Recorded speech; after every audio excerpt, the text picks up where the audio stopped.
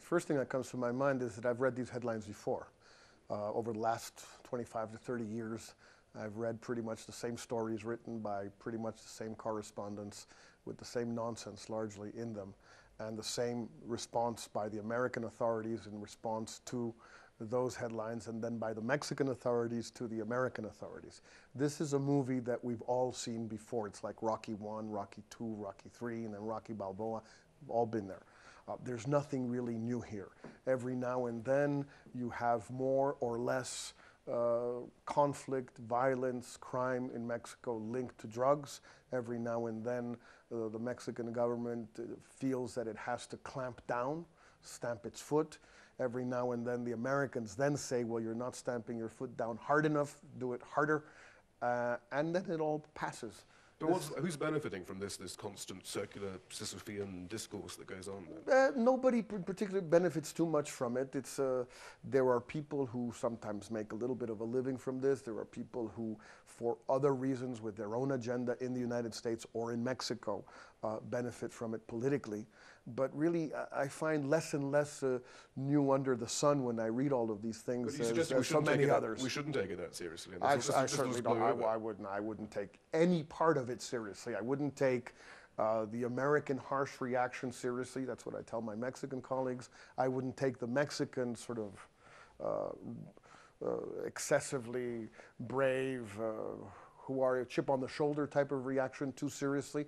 And I'm not sure I would take too seriously the drug issue in the sense that there's a lot new there. I do take seriously, of course, because it's a tragedy, the number of people who are dying in the gang drug wars. But that's a different issue from drugs.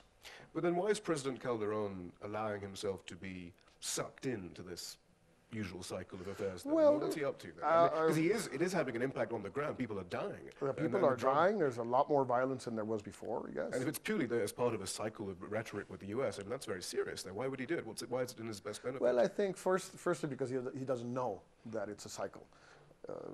If he wasn't around in the 60s or 70s or 80s or 90s, or the 90s he was, but before then he wasn't, and he is not someone who has a particularly strong sense of history, and he hasn't surrounded himself with people or even spoken with people who lived through those processes many, many years ago. So that's one area, one reason. The second is that he declared a war of choice. If Bush's war in Iraq was a war of choice, Calderon's war on drugs is a war of choice. He wasn't ready. He wasn't. It was an improvised, precipitous decision. Because of the close fought election and so on. Yes, I mean, he did this. It was a decision he made 10 or 15 days before he took office and 10 days after he took office. It's a war of choice, which I think was a mistake, and now we're paying the consequences of that mistake. I mean, you were in government, obviously. Surely the drug issue does have to be dealt with some way. Are there not more sort of, I don't know, more rational, more thoughtful approaches being discussed at the very least? Well, it has to be dealt with, but what is it you want to deal with? Do you want to deal with the violence? You want to deal with the corruption? You want to deal with the penetration by the drug cartels into the state mechanism? Or do you really think that you're going to eradicate or abolish drug trafficking and drug consumption in the world? I think if that's your goal, it's a totally futile and ridiculous goal. Well, Calderon suggests there, and the Merida Initiative is supposed to reach to a goal very similar to that, though, isn't it? I mean, well, then I think it's kind of silly. If that's the goal, I don't know what the goal is, but if that's the goal, if they think that they can eradicate drug trafficking in Mexico, drug consumption in the United States, and the nature in itself of the issue, then they are foolish. If what they want to do is reduce the violence, reduce the corruption, reduce the political penetration, that's a different issue. And that is achievable, as it has been achieved in Colombia, for example. There are more acres under cultivation of coca leaf in Colombia today than ever before. 10 years after Plan Colombia started and $8 billion after Plan Colombia started, there are more acres of coca leaf under cultivation than ever before. But the violence, the corruption, the bombs, the guerrilla movements, the paramilitaries, all that has diminished. Well, I mean, the collateral damage. I mean, and that is the key, I suppose, is that Plan Colombia was seen perhaps as a model for Plan Merida or the Merida Initiative. Has the corruption really disappeared? I mean, there is that suggestion There's that more corruption than ever. well, exactly. So I mean, the point is, though, Okay. isn't it in the end? Isn't the reality for Calderon is hoping for some sort of equilibrium at some point, where and almost by necessity picking a cartel or two, hoping that they settle things down a bit with equilibrium, and then everything quietens down a bit, as long as the major issue of consumption and so on in the U.S. is not being dealt with. I am not convinced, frankly, that it's a good idea for Mexico to insist so much on Americans reducing their demand. If I were an American citizen, which I'm not, and if I lived in the United States, which I do partly, I'd say no. On the contrary, do harm reduction, do legalization of certain drugs for certain purposes. Now, you're saying this in a way that so many other people who've formerly been in government do discuss this issue in a very kind of rational, look, let's just cut the nonsense here. This is the problem, this is the solution, why don't we just do that?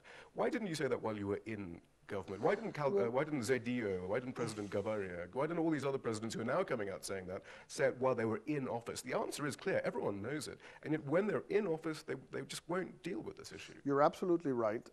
There are two reasons. The first is that no Latin American president or minister can get away with saying something like that if the United States isn't willing to go along with it, and so far the United States has not been willing, and so consequently nobody will be caught dead saying it in office. Now, that said, it's not fear of the cartels, it's just fear of looking soft on drugs, basically. Fear that the Americans will say you can't do this. And what will they do then?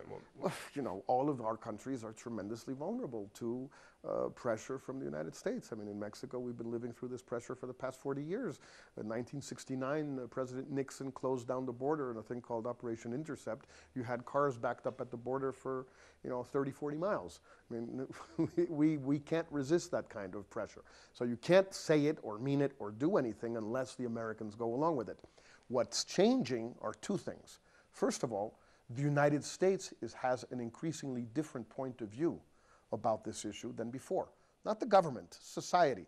The states that are decriminalizing or decriminalizing, I think is the correct word, for medical use, but then they define medical use in such a broad manner that for practical purposes it's almost everything, just for marijuana, but then they expand it a little bit to other types of drugs, and then you have more and more. The same is true for people who are saying this doesn't work. All of the Plan Colombia has not worked, not because it hasn't helped Uribe, and Uribe hasn't done a marvelous job with the guerrillas, but on drugs it hasn't happened, et cetera, et cetera, et cetera. The United States attitudes are changing, and perhaps President Obama and his new drug czar will also begin to change their point of view. But I think he's going to adopt a much more health-oriented approach than a criminal war on drugs approach. The big question then is, what should President Calderon, who is in office, do? He obviously can't decriminalize on his own. It would be a huge mistake. But he can push and lobby in the United States for the United States, instead of insisting on this notion of reducing and combating drugs in the U.S. I think he should insist on the U.S. adopting a health-based, a public health-based, harm reduction-based, management and regulation-based approach, which is not going to reduce probably U.S. demand, but it's going to bring it out from the shadows.